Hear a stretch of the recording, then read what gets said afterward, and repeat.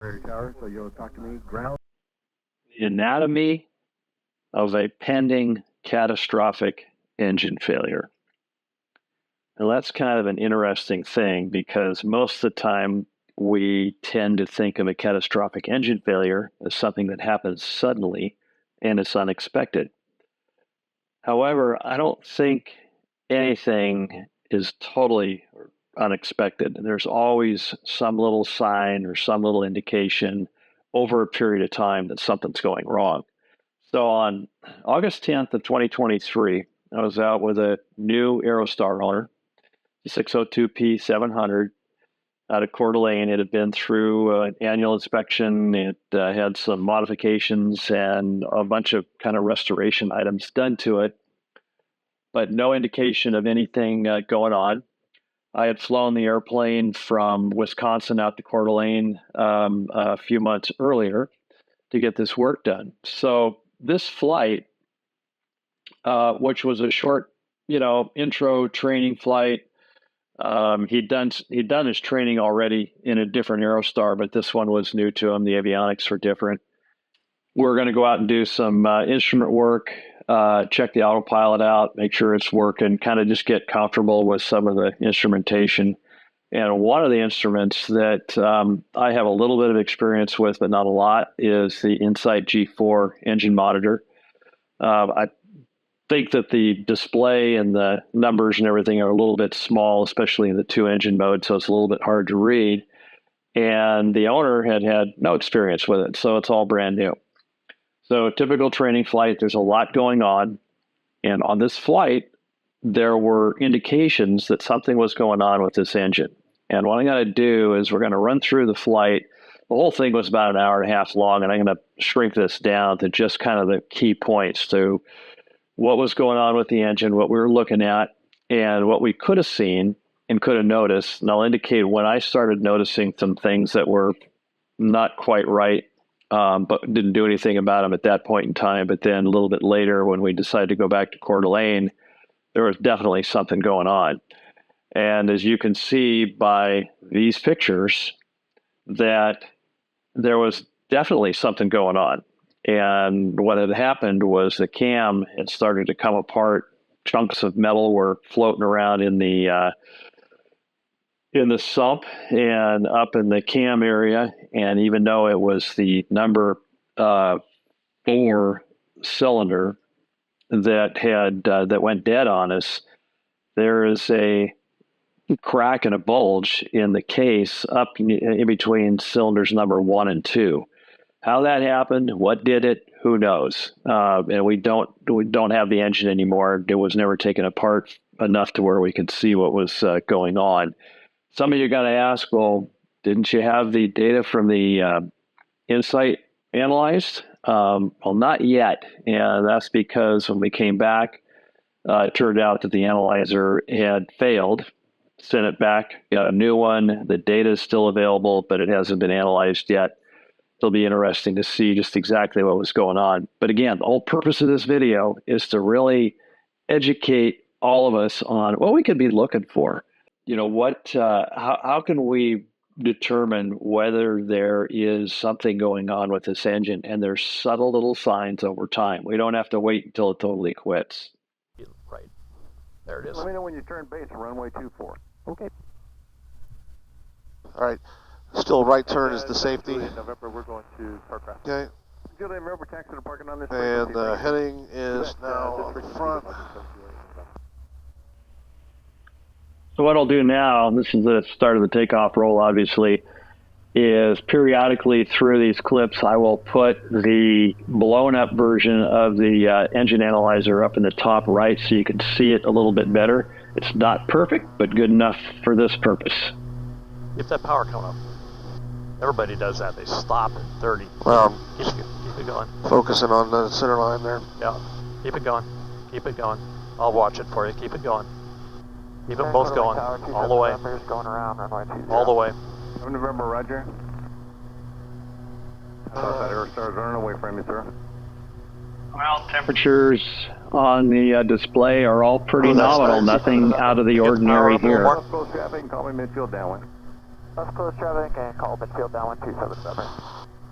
Okay. Northwest at your discretion, frequency change as well. Sorry, sir, you're, that was blocked by another transmission. Say northwest approved. Lima, affirmative. Northwest is approved and frequency change your discretion. Okay, right turn, northwest approved, 702 Echo Lima, thanks for the help. Like that 576 runway. The right, and, oh, I gotta do the, goddamn. Cap 1047. Cap. How about flaps? And we are, yep. On the climb out, still at full power. Nothing looks out of the ordinary here, so it's all pretty good. 6500 for landing.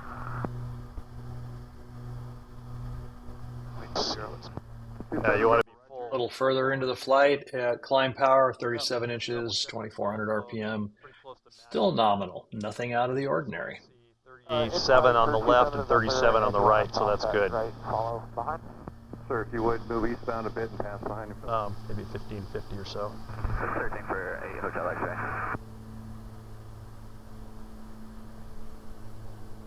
Runway. It's pretty low, isn't it? Well, you're Structures have been lean. Nothing out of the ordinary here. 100 Nothing out of the ordinary on short final for the first landing at Deer Park. Need to change power much. It'll just slow down. Just watch the sink. Triggering, it's down and locked. Looking good. There's down and locked one more time. All right, power off. Hunting.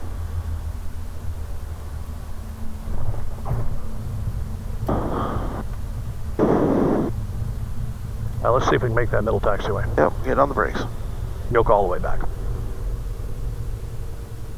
That's so you're down and stopped and well shy of 3,000 feet. Alright, cool, short field landing.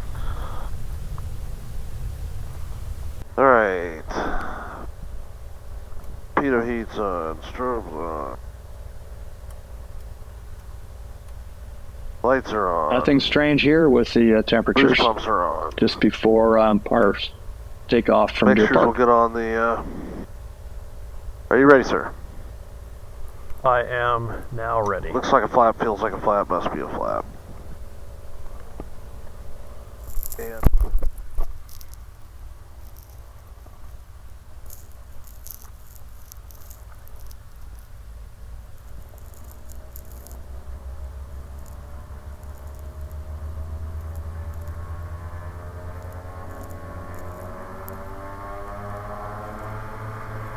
mixture's rich. You can go all the way up to the stops on this. Okay, that's what I expected. It would be a little different. Pull it right back just a little bit. That's enough. Not both of them. Okay, left one. On the takeoff roll, Coming to the right, something's back on different controller, here, speed although we line, didn't back on catch it center at the line. time.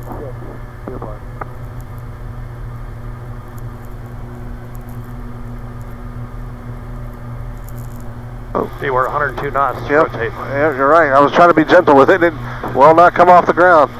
There we go. Other thing that's a little different here is the number 3 cylinder head temp I gotta is find the sweet higher spot on than the that rest of them, and that's a little Let me bit show you different. But again, nothing here really stands out. Push it over. Just push it hard over to the right and then it'll go. Okay, gears up. Enough traffic.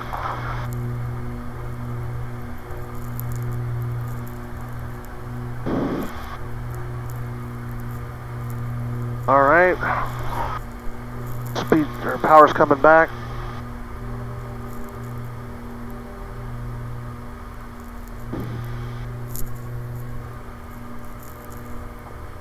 Deer Park traffic.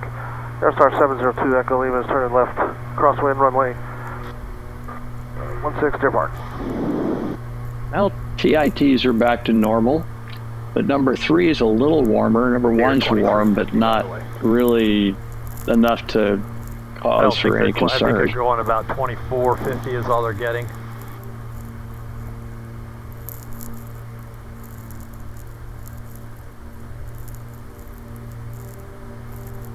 So you at pattern altitude? Nope.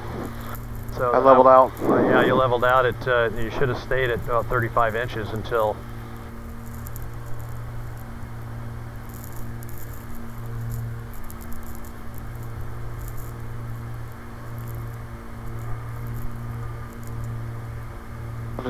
Which one? Right one's lagging a little bit on the throttle. And my pattern altitude should be 20.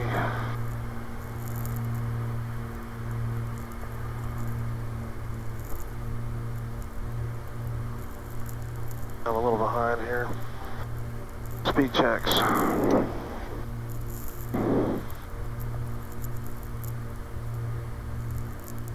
On downwind, just before base, this is when I started noticing that, this just doesn't look right. Wasn't enough to cause major concern, but the fact that the cylinder head temps on the left side were all over the place, and now TIT1 is pretty much dropped out. I'm not sure what's going on here yet. The beam.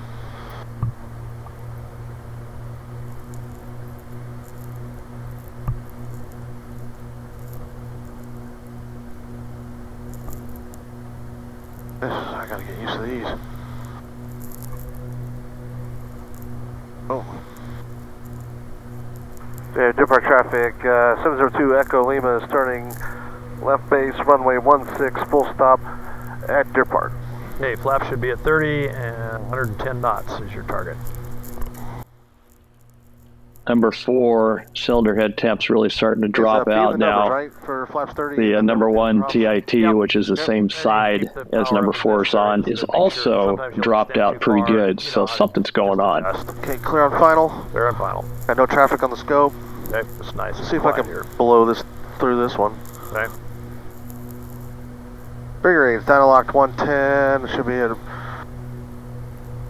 Well, number 4 has really dropped out here now. Unfortunately, I can't quite read what the temps are, but much better. My preference is actually, and we're busy here, so didn't notice it at this point in time. And you'll see once we land, it kind of goes back to normal. So this is one of those weird ones. Flaps to help you with the drag. All right, there's 110. Okay. 500. 500, 3 grades down locked, Brink ridge, props full forward. Yep. Seatbelt secured, pumps are on. And you said why it's someone else. Now, if you bring the left one back a little bit, your speed will work out much better. And then when you go to full flaps, it'll slow yourself down beautifully. And we're not going to land in the grass, are we?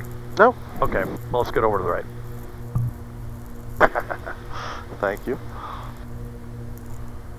Okay, we got 3 into green, pumps on, fuel's on. 3 grades down lock. I'm at slightly. Okay, this is actually pretty good. Bring your power back a couple inches. Let's get over to the right a little bit. Yep. Oh. Yeah, add some power. Rest that sync rate. Yeah, flare a little bit higher right now. Bring power on back. There you go. Hold that nose off. Hold that nose off. That's the one yet. Okay, let's stop. Pull off the first taxiway. Just reef on. All right, number 4 cylinder head temp definitely is dropped out here, and just all the cylinder head temps are all over the place in comparison to the right engine. So this is where I think I started noticing it and was thinking about it. We eat them. We eat their lunch. It makes it a real pain. Gentlemen, are you all staying in the pattern? Here we're just taxiing back, and you notice that the cylinder head temps on the left side have all come back up. The left bank, or correction, the right bank, which are the odd numbered ones, are higher than the left side. So nothing that it would say anything's wrong. And you know, the one thing is we don't have to be able to solve the problem as these things are happening. We just need to notice that there's something different, and that's really the thing to be paying attention to is number 1, trends. Are things staying the same? Are they changing? Or are things out of the norm? And pay attention to that. Early, and I usually square up my turns in here. I do too. I usually do a 90 for that 7.6. Yeah, exactly. But I was trying to save myself the embarrassment of scraping. Well, practice. This is what it's for. At the start of the takeoff roll, everything's looking normal here. Nothing to be concerned about. Nothing strange. Now you're actually. I'm a little bit to the right. I thought it was the other way. No, I mean I'm slightly. Okay, got it. You're good now, I think. Yeah. I think. There we go.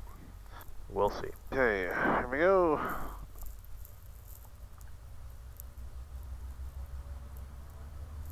And once you get to the point where it starts to falter and the mixtures, they can go all the way up at that point.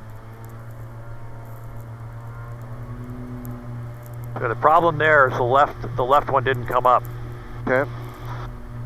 That also could have been an indication of something going on, because the left side's the side that we're having the problems with, and you notice that the TITs here are way out of whack.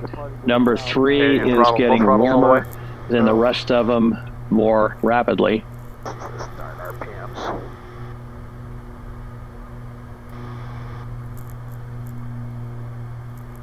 It came off the ground. Okay, but don't go any slower than that off the ground. Okay. 95 to 100, right? Huh? 95 to 100, right? Yeah. Now, push it towards me. I am? No, you're not. Because I was able to put it up with a finger. I'm pushing the tab. Are you talking No, about the wheel? no, not the tab. The tab is out of the way. If it's not out of the way, you got a squat switch issue. Okay, well that's what I was doing wrong. Oh, you're trying to push the tab. Yeah, I was like, why the hell is that? Okay. Pretty clear what's All going right. on That here. makes sense, Number huh? 4 is dropping Yeah. out. All right. Number 3 is getting warm. That cleared up. But because you're All right, busy we with the are takeoff and paying 400 attention feet. to flying the Here comes airplane, most likely you're going to 500 miss feet it. going This back is to, where I'm looking around and I'm 35, seeing it going, higher. this is not right. So thinking, all right, let's continue and see what happens 22. here. Make a 22. decision here in a few minutes. All right. Park traffic, Aerostar 602 Echo Lima, left crosswind, runway 16, full stop at your park.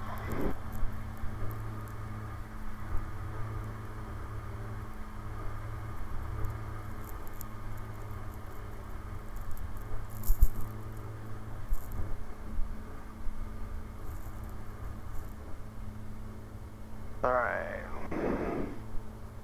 Looks like a flap, feels like a flap, must be a flap. Still climbing, get my nose down.